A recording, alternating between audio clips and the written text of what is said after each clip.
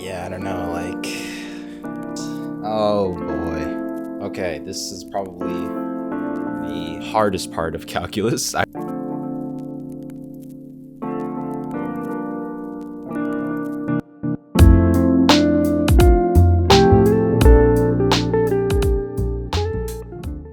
Yeah, I don't know,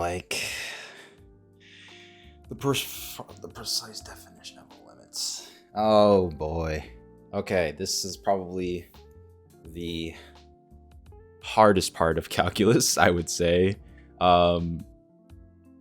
It feels like at the start of any math book, it has both the easiest concepts and also the most challenging concepts. And I think it can be kind of off-putting to start in such a chaotic way, but I don't know, chaos also finds its way to be pretty interesting sometimes. So today we're going to be talking about the precise definition of a limit, because last time we talked more intuitively, vaguely. Mathematicians like to say hand wavy. I was waving my hands, but you probably didn't see it because I didn't record that, right? But now we're gonna get into the nitty gritty. We're gonna be describing the precise definition of a limit using more precise language or mathematical language in order to state exactly what we mean by a limit. All right, so the approaching factor, things like that, infinity, limiting factors. So these type of words that we're going to be using in order to understand the precise definition of a limit. All right, so I think it's going to be best to go through this example that they give us. So I'm just going to start from the beginning, and then we're going to basically define the precise definition, sort of understand what it is. So why don't we work backwards, and I start by reading the precise definition of a limit. And then as we start back from the start, hopefully it'll make sense, and then we can go back to the definition at the end. This is how I sort of study math anyway. All right, so when we jump ahead to this definition, let f be a function defined on some interval that contains the number a, except possibly a itself. All right, so we don't need it to be defined at a. So if we look, this is actually a picture that's completely related to this. So if we look at a or 3 here, there's no actual point there. Well, there is, but it's actually up here. But I don't care about the value at that point. So that's the point of that sentence. Okay, then we say the limit of f of x as x approaches a is L. And we write that using this notation we discussed before. The limit as x approaches a of f of x is equal to L. If for every number, so this is where it gets a little more abstract, or not even abstract, but difficult to read, because this is not something that you've sort of seen up to this point, right? If you've just studied regular pre-calculus geometry, algebra 2, etc., etc. So this is where it's like difficult to understand. If for every number epsilon greater than 0, there is a number delta greater than 0, such that if the absolute value of x minus a, meaning, right, a is where that limit is, where the x value of that limit is, if we take the absolute value of x minus a, then it should be strictly greater than 0, but also less than delta.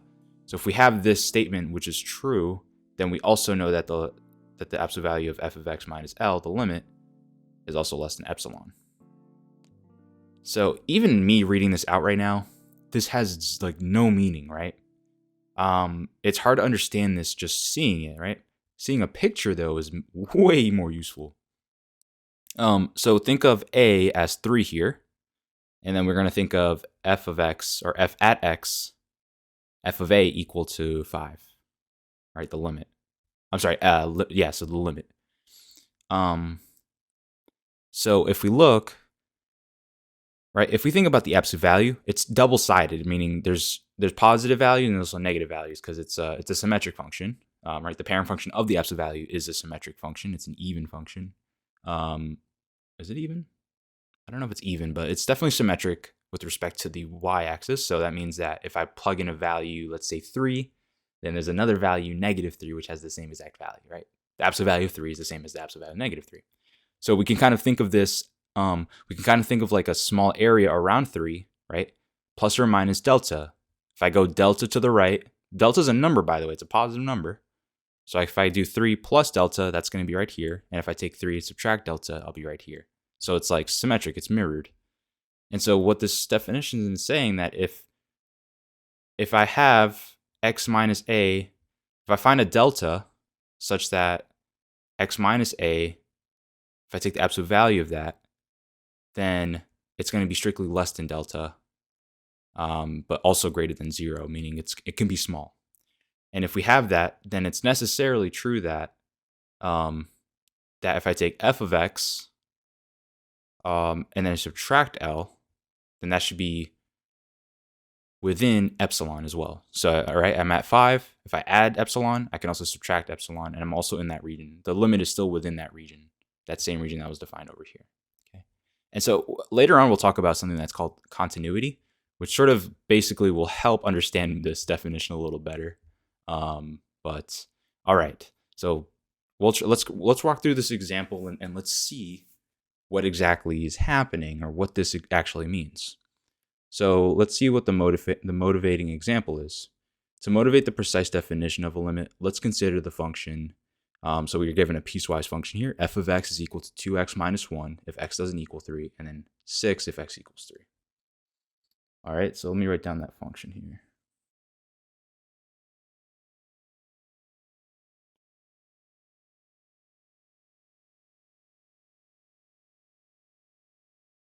When x is not equal to 3, and then 6 when x equals 3.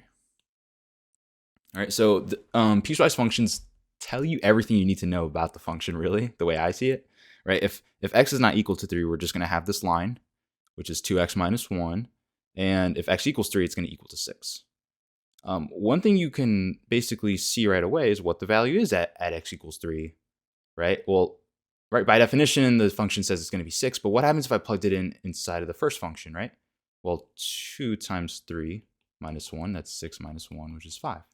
Okay, 5 doesn't equal 6, so that means this is kind of like a jump in the graph. So how would this look?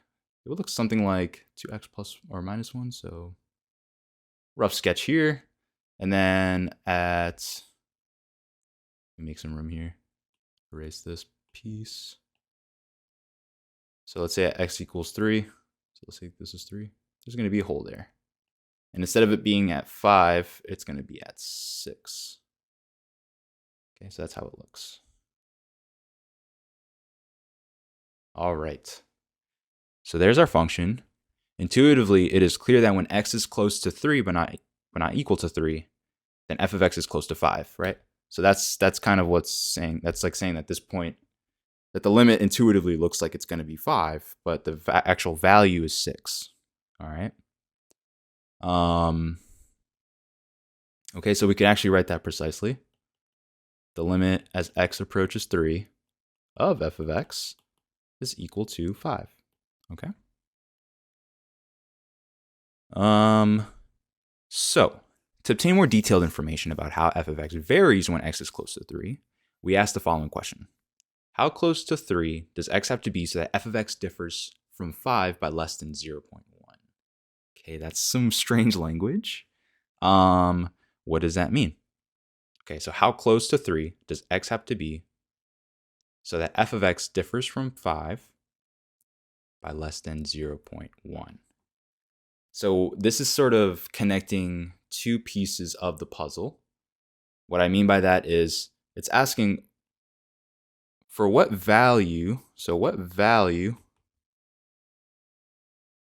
or what number, right? Let me replace this with a number. And of course, they're using delta to describe that. So there's my delta. Looks like a weird music note. So this is a number. A number. So let's say it's it could equal, I don't know, 0.5. Maybe it could be equal to 0.01. So it doesn't matter. It's just a number, a positive number. So I need to figure out a number. What number that's close to 3, but not like, so definitely not equal to 0. So I can't make this equal to 0. So what positive number gets me close enough so that f of x meaning the range, I'm looking at the y values now, differs from 5. So differs from 5 less than 0.1. So I want that, if I blow this image up a little bit, so at 5, I want the distance to be less than 0.1, meaning 5 plus 0.1. This should be 5.01 and then 5 or 4.99.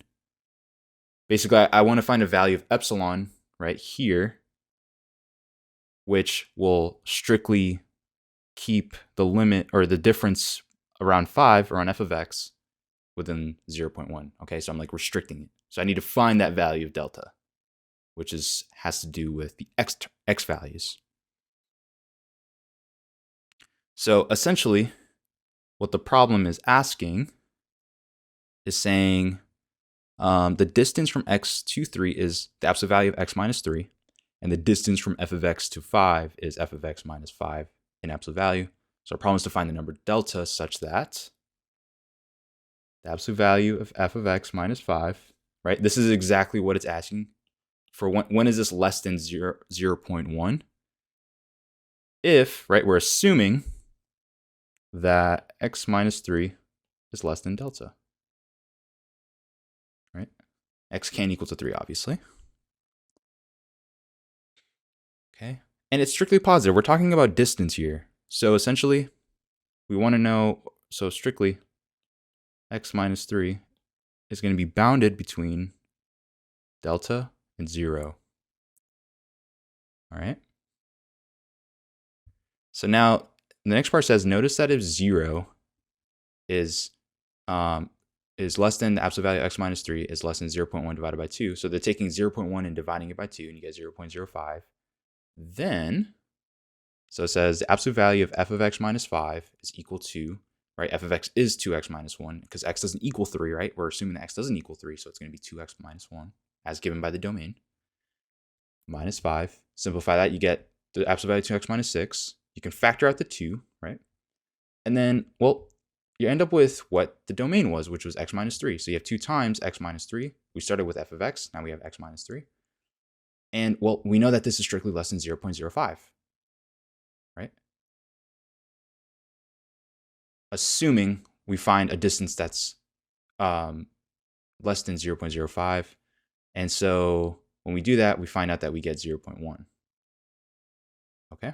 So we found that value of delta. Now, this is not magic, by the way. This was they just chose to divide by 2 because they knew what they were doing, first of all. We'll develop more. Like, this is like, if you don't understand that part, that's totally fine. Like, that's they just chose to divide by 2. Like, we didn't tell you how to do that. There's no math involved in there. They just did that because they knew how to follow it up. Right? They started from the end, worked their way backwards.